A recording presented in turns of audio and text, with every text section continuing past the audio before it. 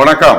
புதுச்சேரியில் நடைபெற்ற தேசிய மக்கள் நீதிமன்றத்தில் 857 வழக்குகளுக்கு தீர்வு காணப்பட்டு 5.70 கோடி ரூபாய்க்கு பைசல் செய்யப்பட்டது. புதுச்சேரி மாநில சட்டப்பணிகள் ஆணையம் சார்பில் புதுச்சேரி ஒருங்கிணைந்த நீதிமன்ற வளாகத்தில் 15 அமர்வுகள், புதுச்சேரி சட்டப்பணிகள் ஆணைய வளாகத்தில் 1 அமர்வு, காரைக்கால் நீதிமன்ற வளாகத்தில் 4 அமர்வுகள், ஏனாம் நீதிமன்ற வளாகத்தில் 1 அமர்வு என மொத்தம் 21 அமர்வுகளாக தேசிய மக்கள் நீதிமன்றம் நேற்று நடைபெற்றது. இந்த தேசிய மக்கள் நீதிமன்றத்தில் சமாதானமாக கூடிய கிரிமினல் வழக்குகள், காசோலை வழக்குகள், வாகன விபத்து நஷ்டஈடு வழக்குகள், கணவன் மனைவி பிரச்சனை சம்பந்தப்பட்ட வழக்குகள், குடும்ப நீதிமன்ற வழக்குகள், ஜீவனாம்ச வழக்குகள், உரிமையியல் சிவில் வழக்குகள், தொழிலாளர் சம்பந்தப்பட்ட வழக்குகள், வங்கி கடன் சம்பந்தப்பட்ட நேரடி வழக்குகள் என நீதிமன்றத்தில் நிலுவையில் உள்ள வழக்குகள் மற்றும் நேரடி வழக்குகள் என மொத்தம் 6305 வழக்குகள் எடுத்துக்கொள்ளப்பட்டன. இதில் 857 வழக்குகள் முடிக்கப்பட்டு 5.70 கோடி ரூபாய்க்கு தீர்வு காணப்பட்டன. இவற்றில் நீதிமன்ற நிலுவையில் இருந்த 624 வழக்குகள் முடித்து வைக்கப்பட்டன. இந்த தேசிய மக்கள் நீதிமன்றத்தை தலைமை நீதிபதி சந்திரசேகர், மாவட்ட நீதிபதியும் பொறுப்பு சட்டப்பணிகள் ஆணைய உறுப்பினர் செயலருமான அம்பிகா, சார்பு நீதிபதி ஜெயசுதா ஆகியோர் மேற்பார்வையிட்டனர். நிறைவாக தீர்வு காணப்பட்ட வழக்குகளுக்கான செட்டில்மெண்ட் தொகை வழக்காளிகளுக்கு வழங்கப்பட்டது. புதுச்சேரியில் இளநிலை நீட் படிப்புகளுக்கு 2ஆம் கட்ட கலந்தாய்வுக்கு விண்ணப்பிக்க காலக்கெடு நீட்டிக்கப்பட்டுள்ளது. புதுச்சேரியில் இளநிலை நீட் அடிப்படையிலான படிப்புகளுக்கு 2ஆம் கட்ட கலந்தாய்வுக்கு 16ஆம் தேதி நாளை மாலை 5 மணி வரை விண்ணப்பிக்கலாம் என ஏற்கனவே அறிவிக்கப்பட்டிருந்தது. இதனிடையே விண்ணப்பிக்கும் தேதியை மருத்துவ கலந்தாய்வு குழு MCC நீட்டித்துள்ளது. இதன்படி இளநிலை நீட் அடிப்படையிலான படிப்புகளுக்கு 2ஆம் கட்ட கலந்தாய்வுக்கு விண்ணப்பிக்க, அதாவது பதிவு கட்டணம் செலுத்துதல், விருப்பம் மற்றும் பாட விருப்பங்களை சமர்ப்பிக்க காலக்கெடு வரும் 22ஆம் தேதி மாலை 5 மணி வரை நீட்டிக்கப்பட்டுள்ளது. முதல் சுற்று கலந்தாய்வின் போது இடம் கிடைத்து கல்லூரியில் சேர விரும்பாதவர்கள் வரும் 21ஆம் தேதி மாலை 5 மணிக்கு முன்பாக தங்களுக்கு ஒதுக்கப்பட்ட இடத்தை திரும்ப பெறுவதற்கான கோரிக்கையை சமர்ப்பிக்க வேண்டும் என சென்டாக் ஒருங்கிணைப்பாளர் அமன் சர்மா தெரிவித்துள்ளார். காரைக்கால் மண்டபத்தூர் எல்லையம்மன் காளைய மகா கும்பாபிஷேக விழாவில் திரளான பக்தர் கலந்து கொண்டு சுவாமி தரிசனம் செய்தனர். காரைக்கால் மாவட்டம் மண்டபத்தூர் மீனவ கிராமத்தில் அமைந்துள்ளது பழமை வாய்ந்த ஸ்ரீ எல்லையம்மன் ஆலயம். இந்த ஆலயத்தில் ஸ்ரீ விநாயகர், ஸ்ரீ முருகர், ஸ்ரீ பெரியாச்சியம்மன், ஸ்ரீ காத்தவராயன், ஸ்ரீ கருப்பண்ணசாமி ஆகிய சுவாமிகளுக்கு கும்பாபிஷேகம் நடத்த திட்டமிடப்பட்டு கடந்த 3 மாதங்களாக கோவில் புனரமைப்பு வேலைகள் நடைபெற்று வந்த நிலையில் கோவில் திருப்பணி வேலைகள் நிறைவுற்று கடந்த 13ஆம் தேதி விக்னேஸ்வரர் பூஜையுடன் கும்பாபிஷேக யாகசால பூஜைகள் ஆரம்பிக்கப்பட்டு இன்று 4ஆம் கால யாகசால பூஜைகள் நிறைவுற்று மகா பூர்ணாகுதி நடைபெற்றது. அதனைத் தொடர்ந்து மகா தீப ஆராதனை காண்பிக்கப்பட்டு கடம் புறப்பாடு தொடங்கியது. புனித நீர் அடங்கிய கலசங்களை சிவாச்சாரியர்கள் சுமந்து கோவிலை வலம் வந்து கும்பத்தில் புனித நீர் ஊற்றி மகா கும்பாபிஷேகம் நடைபெற்றது. அதனைத் தொடர்ந்து மூலவர்களுக்கு மகா அபிஷேகம் நடைபெற்று மகா தீப ஆராதனை நடைபெற்றது. இந்நிகழ்ச்சியில் ஏராளமான பக்தர்கள் கலந்து கொண்டு சுவாமி தரிசனம் செய்தனர். காரைக்காலில் நடைபெற்ற பாஜக உறுப்பினர் சேர்க்கை முகாமினை பாஜக OBC அணி தேசிய செயலாளர் லட்சுமணன் பக்ஷி பார்வையிட்டார். நாடு முழுவதும் பாஜகவின் உறுப்பினர் புதுப்பித்தல் மற்றும் புதியதாக சேர்க்கும் பணி நடைபெற்று வருகிறது. இதன் ஒரு பகுதியாக புதுச்சேரி மாநிலத்திலும் பாஜக உறுப்பினர் புதுப்பித்தல் மற்றும் புதிய உறுப்பினர்கள் சேர்க்கை நடைபெற்று வருகிறது.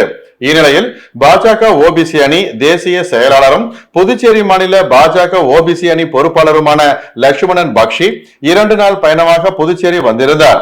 இன்று காரைக்காலில் நடைபெறும் உறுப்பினர் சேர்க்கை முகாமினை பார்வையிட்டார். காரைக்கால் மாவட்ட பாஜக OBC அணி தலைவர் கார்த்திகேயன் தலைமையில் அன்பு நகரில் உறுப்பினர் சேர்க்கை முகாம் நடைபெற்றது.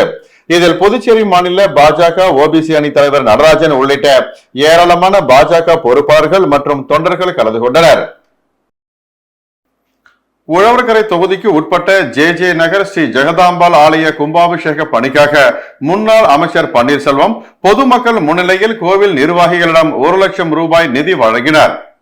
புதுச்சேரி உழவர்கரை தொகுதியின் முன்னாள் சட்டமன்ற உறுப்பினரும் முன்னாள் அமைச்சருமான பன்னீர்செல்வம் தொகுதி வளர்ச்சி பணிகள் மற்றும் மக்கள் பணிகளில் தீவிரமாக செயல்பட்டு வருகிறார். கடந்த சில மாதங்களுக்கு முன்பு புதுநகர் பகுதியில் விஷவாயு தாக்கி 3 பேர் உயிரிழந்த சம்பவத்தில் ஆளுங்கட்சியில் இருந்தாலும் அப்பகுதி மக்களுக்கு ஆதரவாக சாலை மறியலில் ஈடுபட்டதுடன் உயிரிழந்த மற்றும் பாதிக்கப்பட்ட குடும்பத்தினரை நேரில் சந்தித்து ஆறுதல் கூறி நலத்திட்ட உதவிகளை வழங்கினார். இதனிடையே உழவர்கரை தொகுதிக்கு உட்பட்ட ஜே நகரில் அமைந்துள்ள ஸ்ரீ ஜெகதாம்பாள் ஆலய கும்பாபிஷேக விழா இன்று வெகு விமரிசையாக நடைபெற்ற நிலையில் முன்னாள் அமைச்சர் பன்னீர்செல்வம் தனது சொந்த நிதியில் இருந்து கோவில் திருப்பணிக்காக நேற்று மாலை 1 லட்சம் ரூபாய் நன்கொடையாக வழங்கினார்.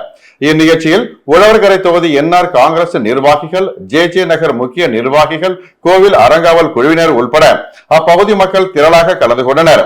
உழவர்கரை தொகுதியில் முன்னாள் அமைச்சர் பன்னீர்செல்வம் தீவிரமாக மக்கள் பணியில் செயல்பட்டு வருவது என்ஆர் காங்கிரசாரிடையே எழுச்சியையும் பொதுமக்களிடையே வரவேற்பையும் பெற்றுள்ளது. புதுச்சேரி காந்தி திடலில் நடைபெறும் பழங்குடியினர் கண்காட்சியில் ஆதி திராவிட நலத்துறை இயக்குனர் இளங்கோவன் கலந்து கொண்டு அரங்குகளை பார்வையிட்டு கலைஞர்களை பாராட்டினார். மத்திய அரசின் பழங்குடியினர் விவகாரங்கள் அமைச்சகம் மற்றும் மலைவாழ் மக்கள் கூட்டுறவு கொள்முதல் மற்றும் விற்பனை மேம்பாட்டு இணையம் ஆகியவை சார்பில் பாரம்பரிய பழங்குடியினரின் தொழில் முனைவு, கைவினை, கலாச்சாரம், உணவு மற்றும் வணிக முன்னெடுப்பை ஊக்குவிக்கும் வகையில் புதுச்சேரியில் ஆடி அருணிமா கண்காட்சி கடற்கரை சாலையில் உள்ள காந்தி திடலில் கடந்த 5ஆம் தேதி தொடங்கிய நிலையில் இன்று முடிவடைகிறது.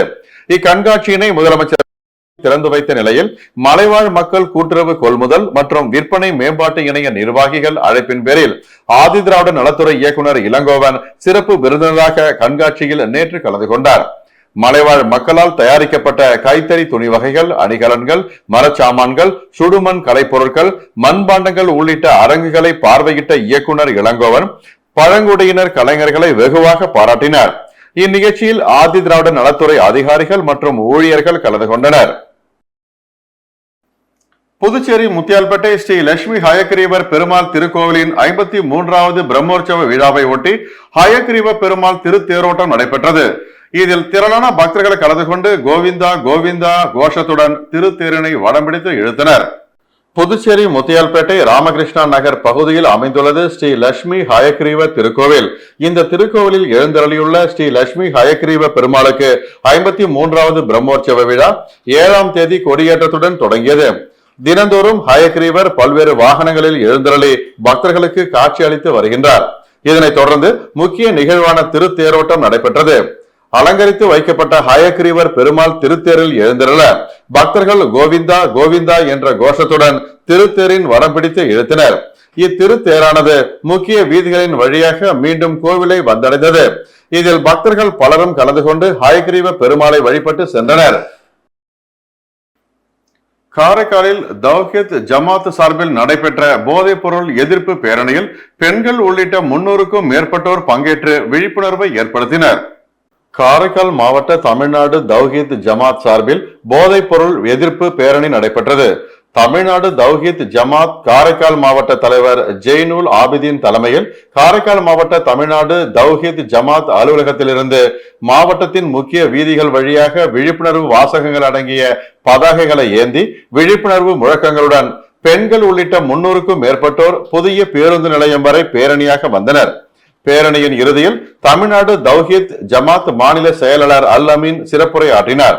அப்போது பேசிய அவர், போதைப் பொருட்கள் சமுதாயத்தை சீரழிப்பதாகவும் மாணவர்கள் மற்றும் இளைஞர்கள் இதில் பெரிதளவில் பாதிக்கப்பட்டுள்ளதாகவும் இதனால் நாளைய சமுதாயம் சீர்கெடும் நிலை ஏற்படும் எனவும் இதனை அரசு உடனடியாக கட்டுக்குள் கொண்டுவர நடவடிக்கை எடுக்க வேண்டும் எனவும் அவர் கேட்டுக்கொண்டார். நிறைவாக காரைக்கால் மாவட்ட செயலாளர் பயாசுதீன் அனைவருக்கும் நன்றி தெரிவித்தார். வில்லியனூரில் பேரறிஞர் அண்ணாவின் 116வது பிறந்தநாள் விழா கொண்டாடப்பட்டது. வில்லியனூரில் பேரறிஞர் அண்ணாவின் 116வது பிறந்தநாள் விழா கொண்டாடப்பட்டது. இதனை முன்னிட்டு அண்ணாவின் சிலைக்கு திமுகவினர் மாலை அணிவித்து மரியாதை செலுத்தினர். வில்லியனூர் மாடவீதியில் உள்ள அண்ணா சிலைக்கு திமுக நிர்வாகி பாஸ்கர் தலைமையில் மாலை அணிவித்து மரியாதை செலுத்தப்பட்டது. பின்னர் திமுக நிர்வாகி சேகர் திமுக கொடியை ஏற்றி வைத்தார். வில்லியனூர் திமுக தொகுதி செயலாளர் மணிகண்டன் தலைமையில் அலங்கரித்து வைக்கப்பட்டிருந்த அண்ணா திருவுருவ படத்திற்கு மலர் தூவி மரியாதை செலுத்தப்பட்டு பொதுமக்களுக்கு இனிப்புகள் வழங்கப்பட்டன. இதில் பொதுக்குழு உறுப்பினர்கள் ராமசாமி, செல்வநாதன், வர்த்தக அணி அமைப்பாளர் ரமணன், ஆதி திராவிடர் அணி அமைப்பாளர் செல்வநாதன், சிறுபான்மையினர் பிரிவு அமைப்பாளர் ஹாலிக் அங்காளன், தோமுசா தலைவர் அங்காளன், வர்த்தகர் அணி துணை அமைப்பாளர் சரவணன், தொகுதி துணைத் தலைவர் ஜெகன்மோகன், ஹரி மற்றும் திமுக கிளை செயலாளர்கள் உறுப்பினர்கள் கலந்து கொண்டனர். இத்துடன் செய்திகள் நிறைவடைந்தன. வணக்கம்.